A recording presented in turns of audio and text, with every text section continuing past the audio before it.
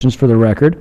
For those that are here, I look forward to today's testimony on how we can protect state-recognized water rights and all of the many industries and uses that rely on them, and how we can better prepare for drought conditions to avoid needless expenditures of taxpayer dollars. And with that, I'm happy to yield to the ranking member, the gentlelady from California, Ms. Napolitano, for 5 minutes. Thank you, Mr. Chairman, and good afternoon to everybody. Today's hearing focuses on the two bills that address important water issues in the West.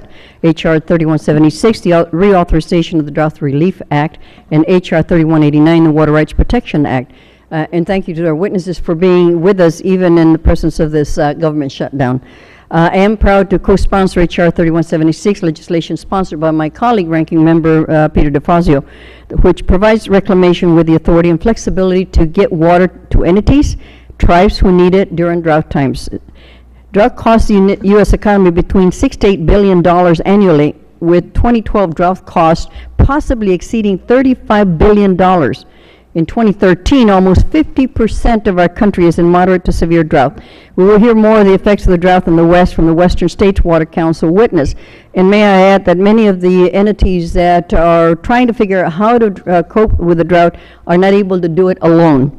We will also hear testimony that the federal government should not help the states during times of drought, that the federal government should not help, God help, California, home to the 5 most productive agricultural counties in the nation and the 8th largest economy with their water issues. The argument is California's problems are not the nation's problems. I beg to differ that. It's not that simple.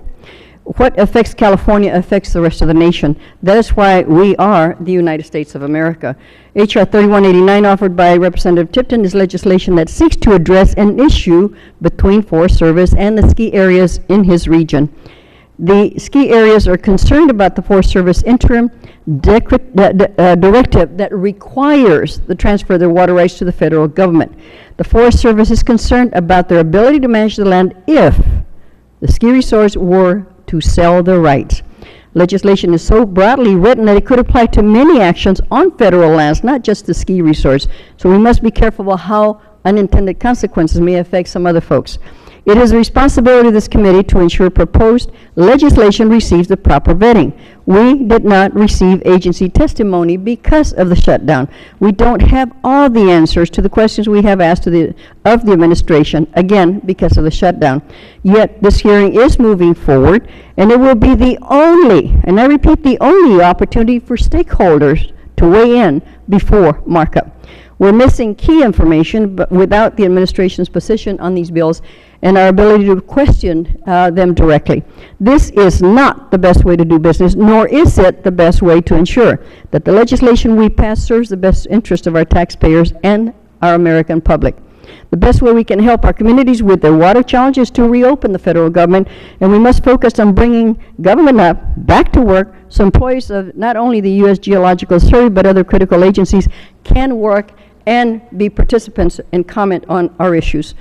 Because of the government shutdown, only 43, and I repeat, only 43 people out of 8,623 USGS employees, that's less than half of 1%, are at work.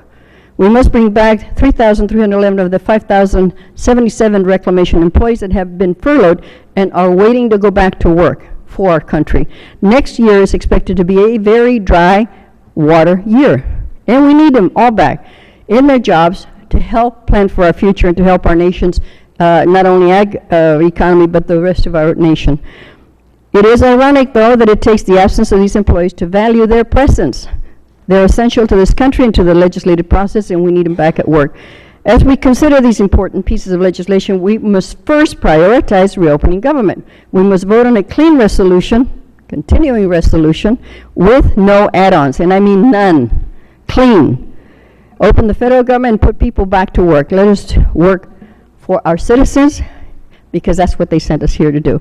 And Mr. Chairman, I'd like to, for the record, put 3 letters of support from the Family Farm Alliance, from the Association of California Water Agencies, and from the Western States Water Council, associated with Western Government Association. Without objection. And my last plea is that I would respectfully request that we wait to move any of these bills until government is open and we can hear from the agency that is supposed to be here. Thank you, Mr. Chair, and I yield back. Thank you. And before we proceed, the chair would ask unanimous consent that Mr. Bishop of Utah and Mr. Amadei of Nevada be allowed to sit up with the subcommittee and participate in the hearing. Hearing no objection, so ordered. It is customary for us to recognize any other members who wish to make opening statements, and the chair is now pleased to recognize Mr. Tipton of Colorado for 5 minutes. Thank you, Chairman McClintock, for convening today's hearing, and thank you for your support and engagement in working with me on this critical issue. I'd also like to thank Mr. Bishop, Mr. Amadei, Ms. Loomis, Mr. Gosar, Mr. Simpson, Mr. Kaufman, and Mr. Polis, who've all joined